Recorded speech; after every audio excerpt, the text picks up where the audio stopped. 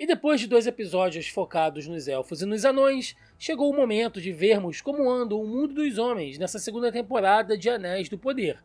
Porque o plano de Sauron depende muito de algumas coisas que vêm a seguir, e tudo isso passará pelos conflitos nas Terras do Sul e na crise política de Númenor. E essa narrativa dos homens se divide nesses 2 planos, tá? Temos ali os sobreviventes que tentam se virar cercados de todos os lados depois do cataclisma que deu origem a Mordor. Então é uma terra que está infestada por orcs, trolls e outros males, inclusive alguns homens ali que estão servindo a Arda, colocando todo mundo que está tentando sobreviver, aqueles fugitivos, em risco. E por outro lado, temos as tropas que retornaram derrotadas para Númenor para chegar lá e ver que o seu rei estava morto. É muita coisa acontecendo ao mesmo tempo. E agora a gente vê um pouquinho dessa politicagem na série, que até então não havia sido tão explorada. Até porque, segundo as outras raças, os homens são os mais corruptos. Bom, eu diria que a corrupção não é algo exclusivamente da humanidade não, tá? Mas sim, no coração dos homens é onde ela encontra um solo mais fértil. Então vamos lá, vamos entrar de cabeça nesse terceiro episódio, mas de antemão eu já peço desculpas a vocês, porque eu sei que eu tô um pouco rouco, tô um pouco fanha, minha respiração tá um pouco pesada, porque eu peguei um baita resfriado. Não sei aí aonde você mora, se o tempo também tá assim, mas aqui no Rio de Janeiro tá super seco. Parece que eu dei um rolê pelas nuvens de enxofre de Mordor, cara, porque não é possível, a garganta tá indo de ralo. Mas vamos lá, vamos começar. E se a gente for concentrar a narrativa primeiro ali nas Terras do Sul? Cara, aquelas pessoas estão abandonadas, né? Eu acho que talvez não tenha dado para ter muita noção disso, mas é uma galera que até então tinha uma vida, digamos que pacata, vigiada pelos elfos nos seus pontos de vigia, nas suas fortalezas, que foram retiradas segundo a ordem do Alto Rei, né? O Gil-galad mandou retirar as tropas, e é onde aconteceu todo aquele problema envolvendo Sauron, tudo aquilo que aconteceu na temporada anterior. Nós temos inclusive traidores entre os homens, então as pessoas não confiam entre elas, o clima é muito estranho, é gente morrendo, é orc andando para cima e para baixo, então é uma situação que está muito complicada. E ninguém se deu pior do que o próprio Isildur, porque acabou ficando para trás, já que todo mundo acha que ele morreu, e ficou preso lá naquela caverna com as aranhas. E ali já começou um episódio nojento, porque, cara, eu não tenho medo de muitas coisas nessa vida não, tá? Mas aranha é um negócio que me dá uma certa repulsa. E aquele episódio daqueles bichos pulando, ai, cara, que nervoso. Mas de qualquer maneira, o Isildur conseguiu fugir graças à ligação dele com o seu cavalo, o Beric.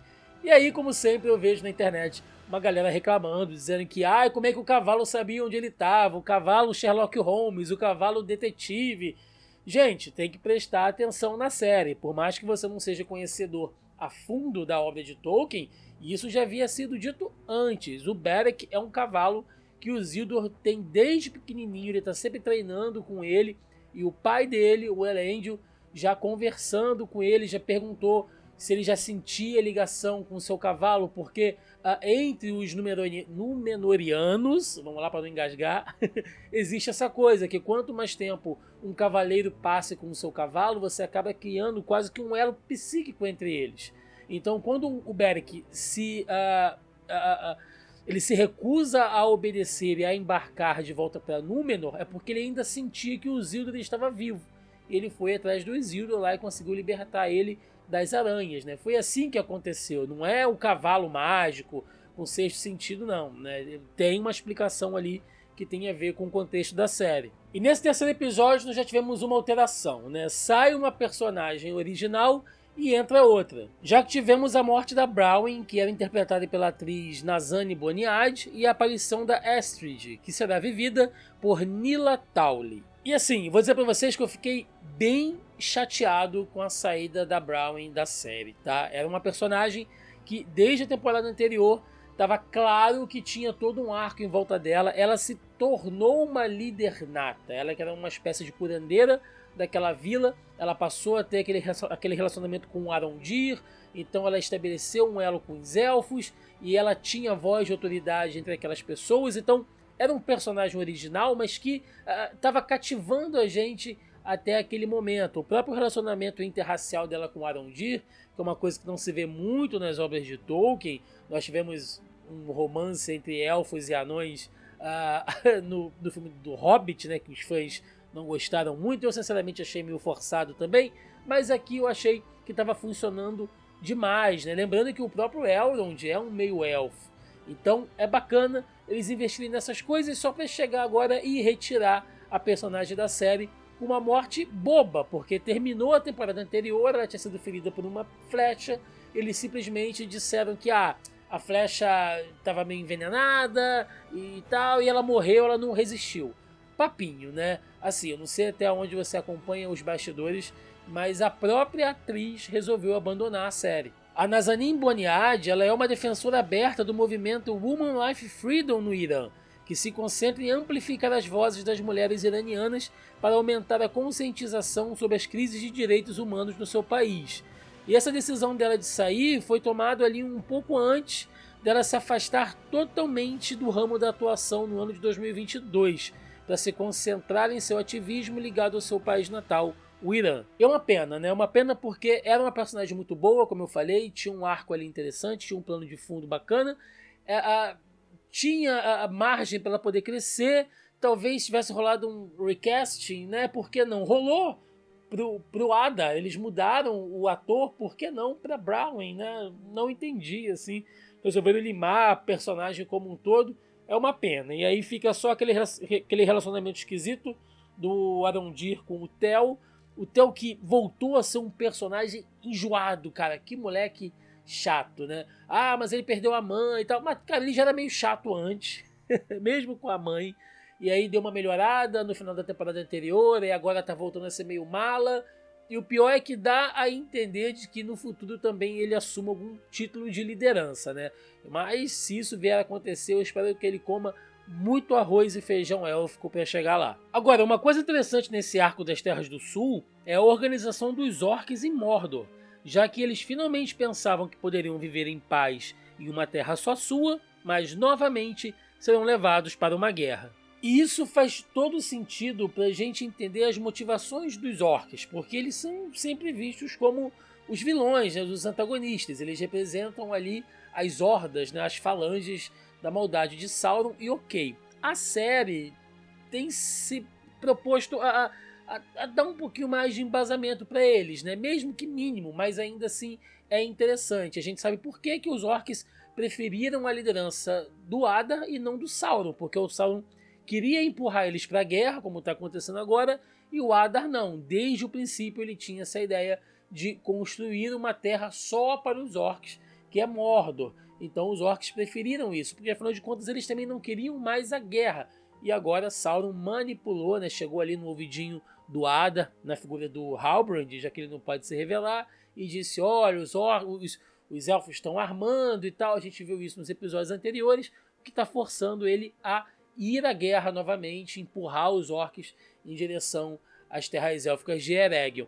Agora, pega um detalhe ali, que eu não sei se vocês viram, mas tem um casal orc que vai falar com Adar. Tem a fêmea, né, o orc fêmea, que aparece ali.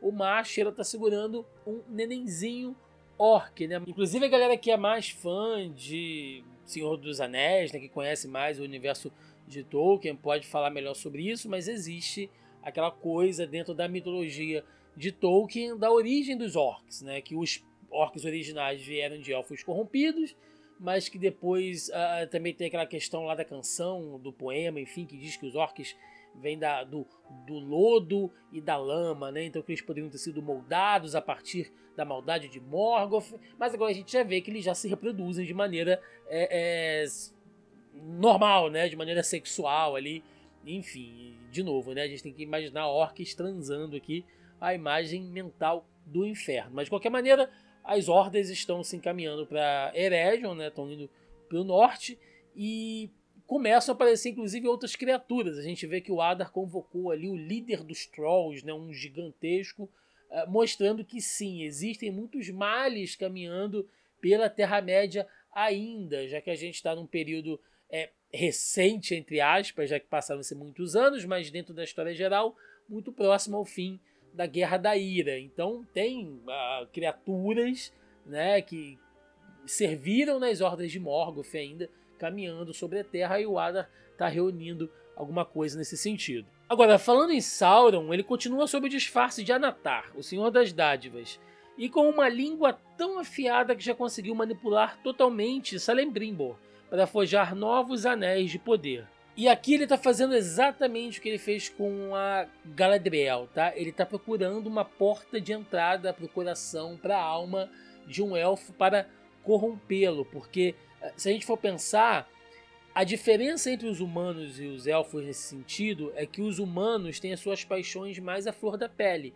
Então é mais fácil de você identificar e de repente seduzir um homem, né, um humano, pela sua ganância, pelo seu desejo de poder, pela sua raiva, pela sua vontade de vingança. Você consegue identificar isso mais claramente nos homens. Já nos elfos, eles nascem e são treinados ali para omitirem seus sentimentos, para falar coisas sem necessariamente falar aquilo que eles querem.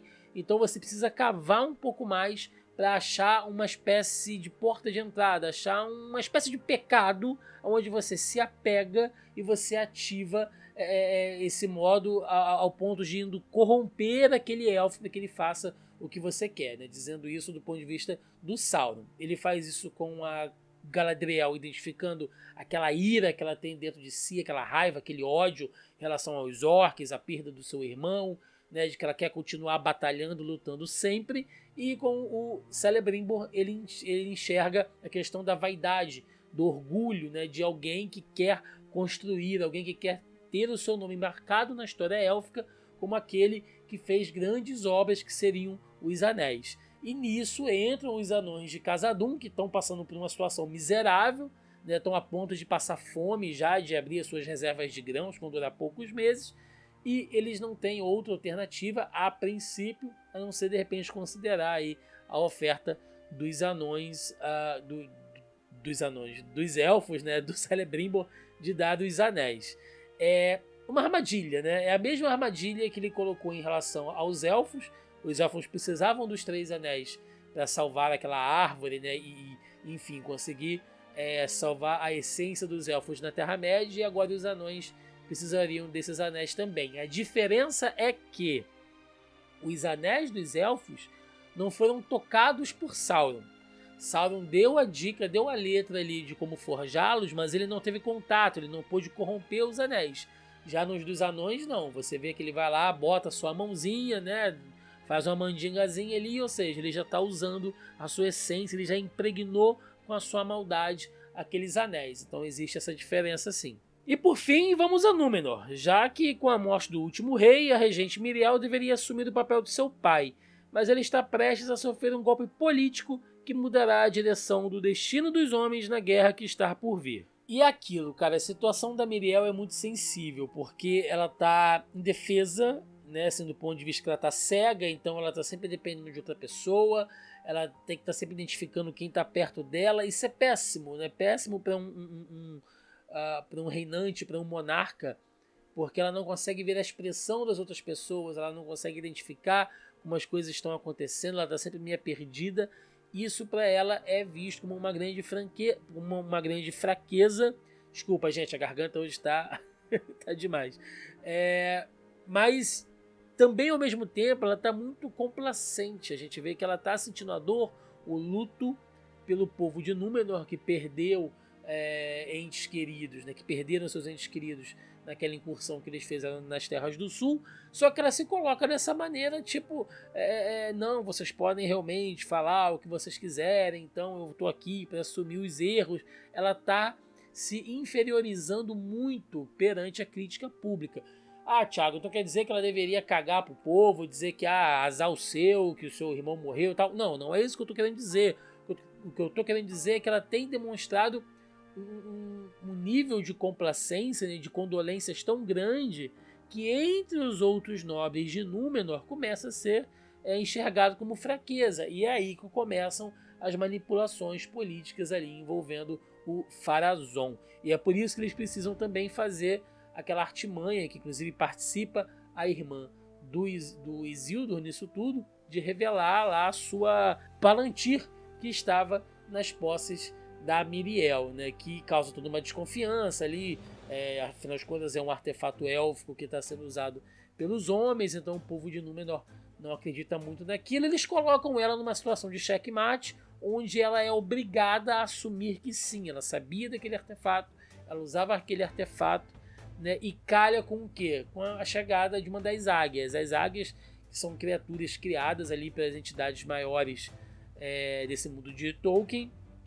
que tem muitas funções, elas participam em diversos eventos durante a história, só que diretamente quando se fala dos reis de Númenor, diz a lenda de que quando um rei é coroado, se uma águia aparecer, é porque ele está recebendo uma espécie de bênção, né? Dizendo que não, realmente foi uma ótima escolha. Só que eles manipulam aquela situação para parecer que a águia, na verdade, estava ali para dizer que, olha, vocês têm que trocar, vocês têm que colocar o Pharazôn aqui no poder, né? Ou também, quem sabe, a águia estava ali para simplesmente fazer um aviso, né? Você vê que ela está bastante agitada. Quem sabe ela não foi ali para fazer um aviso sobre o destino de Númenor. Afinal de contas, né, isso não é um grande spoiler, todo mundo que já viu O Senhor dos Anéis sabe que a cidade vai cair em algum momento, então o destino dela já está selado a partir daquele momento. Então fica claro que ela foi ali para dar mais um aviso, né? Só que eles manipularam toda a situação, e aí é que entra a questão da politicagem lá do Pharazôn e dos seus apoiadores. É um episódio mais lento, né, desses 3 iniciais que foram disponibilizados. Geralmente aqui é que o pessoal meio que tem reclamado, é o pior episódio até agora, é o mais chato, o Sauron quase não apareceu. Gente, ele quase não apareceu, mas assim, tá fazendo um plano de fundo, né? Tá mostrando as tropas se deslocando, tá mostrando as pessoas preparando os seus planos, tá mostrando ali como a balança de poder em algum lugar tá sendo alterada, então é necessário sempre episódios assim que são mais lentos, mas que ainda assim tem conteúdo de história.